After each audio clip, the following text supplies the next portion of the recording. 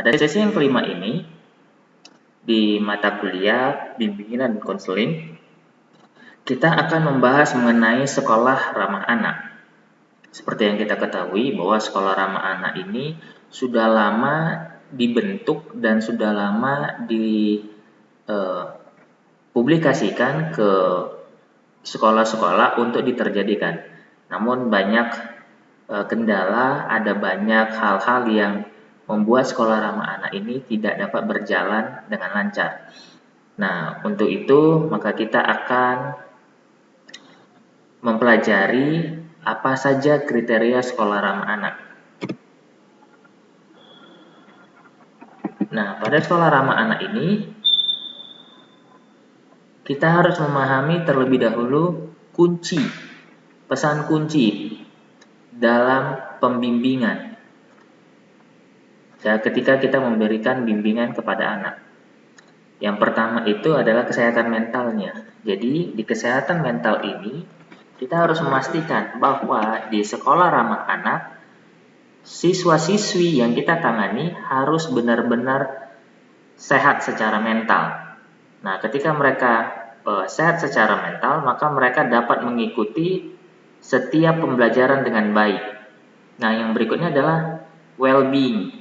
Nah, di well-being ini atau kesejahteraan, ketika kita memperhatikan masing-masing anak tidak ada yang mendapatkan perhatian ataupun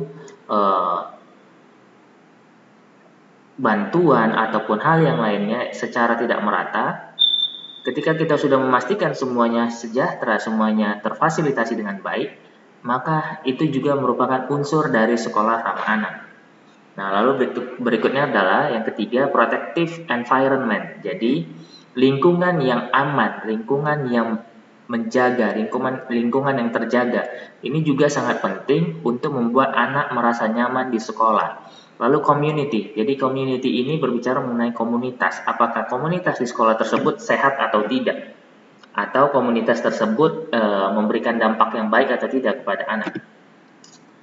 Jadi, di sekolah ramah anak, apa yang harus dilakukan seorang konselor? Yang pertama adalah memetakan prestasi belajar siswa, memetakan hasil belajar siswa.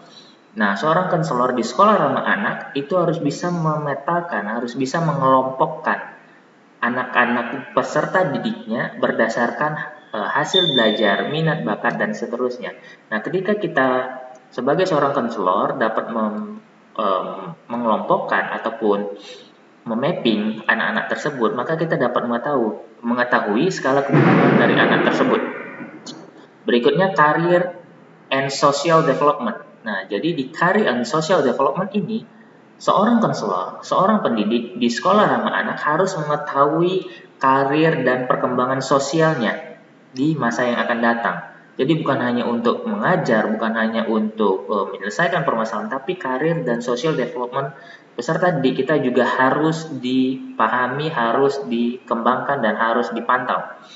Nah, yang ketiga, di sekolah ramah anak, seorang konselor itu harus belajar dari berbagai macam cara, dengan berbagai macam usaha. Jadi tidak melulu konselor di sekolah ramah anak itu hanya berfokus pada satu sumber saja. Jadi harus mencari beberapa sumber. Pada sekolah ramah anak yang ada di SD, seorang guru harus bisa memahami alur atau juga bisa disebut dengan bagaimana guru tersebut memahami apa yang harus dilakukan prosesnya. Nah, jadi alur proses rujukan seorang konselor di sekolah ramah anak dapat kita perhatikan. Nah, yang pertama itu rujukan yang ada di sekolah tersebut oleh seorang konselor adalah siswanya, diri siswanya. Nah, berikutnya ada keluarga. Oke, jadi sumber informasinya itu pertama kita concern ke siswa, lalu dari siswa kita mendapatkan informasi dari siswa itu sendiri, orang tua, guru-guru yang ada di sekolah tersebut, dan ada staf-stafnya, atau mungkin kalau ada di sekolah perawat, maka perawat yang ada di sekolah atau tenaga kesehatan di sekolah itu juga kita minta bantuan, lalu teman sekitarnya, lalu dari orang-orang lain. Nah, dari pengelompokan ini kita bisa fokus untuk mengidentifikasi apa yang menjadi masalah anak. Nah, dari sini konselor akan memberikan penilaian dari data yang sudah dikumpulkan berdasarkan tipe dan apa saja yang harus dilakukan. Nah, jadi ketika seorang konselor sudah mendapatkan bukti-bukti, lalu dia mengumpulkan dan dia mendapatkan solusi, maka dia harus dapat mengimplementasikan solusi tersebut dan memberitahukannya dan mensosialisasikannya kepada rekan sesama guru, orang tua, ataupun seluruh siswa-siswi yang ada di sekolah tersebut. Nah, apa yang harus kita lakukan ini untuk membuat sekolah aman untuk siswa? Yang pertama, seperti yang saya sudah sebutkan di awal, yaitu lingkungan. Jadi ada kebersihan di sana, ada kualitas bangunan, kualitas kelas yang baik, yang nyaman, yang pencahayaannya cukup, lalu sirkulasi udaranya cukup, dan banyak tumbuhan tanaman-tanaman hijau di sana dan membuat rasa nyaman kepada siswa. Setelah lingkungan, ada strukturalnya, ada bangunannya. Nah, ketika bangunan yang ada di sekolah tersebut dari segi strukturalnya tidak memungkinkan untuk melakukan kegiatan ekstrakurikuler ataupun kegiatan lainnya yang berada di dalam maupun di luar sekolah, maka anak-anak akan merasa tidak nyaman. Dalam hal ini ada beberapa hal yang harus didukung untuk dapat dinyatakan sekolah tersebut adalah sekolah ramah anak. Misalnya ada alat bantu berjalan, ada toilet khusus anak-anak disabilitas, ada suatu ruangan untuk anak-anak melakukan konseling dan seterusnya.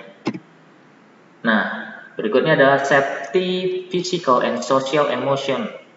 Jadi keamanan fisik dan sosial emosional ini sangat penting, di mana ini antara lain perencanaan krisis. Jadi artinya di sini ada perencanaan yang berdasarkan atas hal-hal yang mungkin akan terjadi. Lalu ada komunikasi, bagaimana komunikasi itu bisa jelas, lalu konsisten terhadap pelaku-pelaku kejahatan dan memberikan respon dengan baik, dan sekolah tersebut harus aman dari tindakan kekerasan, dari tindakan yang disebut dengan perundungan atau bullying. Jadi ketika siswa merasakan aman secara fisik dan sosial emosionalnya, maka sekolah tersebut dapat dikatakan sebagai sekolah ramah anak. Nah, berikutnya dari pengajaran dan pembelajaran. Jadi dalam pengajaran dan pembelajaran ini, siswa harus mendapatkan sesuatu yang lebih dari yang mereka harapkan. Jadi ketika guru mengajar, ketika guru memberikan pembelajaran, maka harus terfasilitasi dengan baik siswa dan siswinya. Jadi ketika kita mengajar, kalian mengajar di sekolah nanti harus memperhatikan seluruh peserta didiknya. Jadi ketika peserta didik di dalam satu ruangan itu ada yang berkebutuhan khusus atau disabilitas, maka kalian harus juga merangkulnya dan juga membuat kreativitas-kreativitas yang memacu pengetahuan mereka, dan itu juga dapat digunakan untuk memberikan mereka pengalaman-pengalaman baru ketika proses pembelajaran. Jadi tidak melulu menggunakan materi-materi yang monoton, mungkin mencatat buku sampai habis dan seterusnya. Jadi ciptakanlah hubungan antar disiplin ilmu. Jadi antara IPA dan IPS itu harus dihubungkan agar mereka memahami bahwa masing-masing pembelajaran itu bisa diterapkan dalam kehidupan mereka meskipun mereka memiliki kekurangan dari segi fisik. Nah, berikutnya, sekolah ramah anak juga kita harus menciptakan hubungan yang baik antar warga sekolah, antar tukang kebun dengan kepala sekolah dengan guru, guru dengan siswa, siswa dengan staf administrasi dengan orang tua dan seluruh para pengajar dan juga tenaga pendidik. Jadi harus tercipta relationship yang baik. Nah, ketika di sekolah tersebut sudah terjalin hubungan yang baik, maka apapun yang dialami oleh siswa itu dapat diinformasikan dengan baik ke orang tua. Ketika hubungan tidak terjalin dengan baik, konsekuensinya adalah ada miss nanti di sana. Ketika guru merasa anak ini perlu dibantu dalam proses perkembangannya dan orang tua cenderung tidak peduli, maka yang menjadi korban adalah anak. Nah, berikutnya adalah sense of school community. Jadi ada rasanya di sana, ada sesuatu hal yang membuat komunitas sekolah itu greget. Nah, jadi siswa itu harus merasakan sesuatu yang berbeda ketika berada di komunitas sekolah. Jadi mereka harus bisa merasakan, saya ingin kembali ke sekolah. Kenapa? Bukan hanya karena pelajaran, mungkin karena temannya, mungkin karena gurunya yang asik, atau juga mungkin karena staf-staf di sekolah yang bantuan dengan yang cukup baik terhadap mereka. Jadi ketika mereka merasakan sense of school community ini, maka mereka akan merasa nyaman dan merasa memiliki sekolah tersebut. Jadi juga akan dengan mudah kita mintain bantuan untuk menjaga kebersihan dan juga kenyamanan lingkungan sekolah. Nah, berikutnya ada moral. Nah, moral di sini berbicara mengenai bagaimana mereka menghargai orang lain. Jadi bagaimana mereka mengetahui apa yang baik, apa yang buruk, dan juga tidak memaksakan kehendak. Jadi mereka, siswa-siswi harus paham ini, dimulai dari gurunya. Harus paham, membedakan mana yang seharusnya mereka lakukan di sekolah dan mana yang tidak. Mana hal yang tidak boleh mereka lakukan dan mana yang tidak. Seperti itu. Nah, itu semua dimulai dari guru. Ketika guru sudah membiasakan, maka anak akan mencoba untuk menirunya. Berikutnya ada peer norms. Jadi di sini ada norma pertemanan di sini. Nah, ketika dari yang tadi saya sebutkan ada moral di sana, mereka sudah terbangun nilai moralnya. Nah, ketika mereka masuk ke dunia pertemanan, seperti biasa anak-anak sekolah biasanya ada grup-grupnya, mereka grouping, lalu mereka berkelompok sesama temannya. Ketika mereka sudah masing-masing memiliki nilai moral yang baik dalam hidupnya, maka norma-norma yang terbangun dalam kelompok-kelompok mereka itu merupakan norma-norma yang cenderung kooperatif ataupun yang cenderung bisa dikolaborasikan. Nah, berikutnya school home community partnership. Jadi sekolah ramah anak juga harus memiliki partnership, rekan kerja. Dalam hal ini mungkin bisa keluarga, lalu bisa orang-orang yang ada di sekitar, lalu mungkin ada lembaga-lembaga lain yang dapat menjamin berlangsungnya atau berjalannya sekolah ramah anak tersebut. Nah, ada komunitas belajar di sana. Jadi seperti yang saya sebutkan sebelumnya, harus membuat suatu kerjasama ini dan membuat sistem di sekolah tersebut dapat dievaluasi oleh suatu komunitas belajar. Dalam hal ini bisa kita sebut dengan komite sekolah.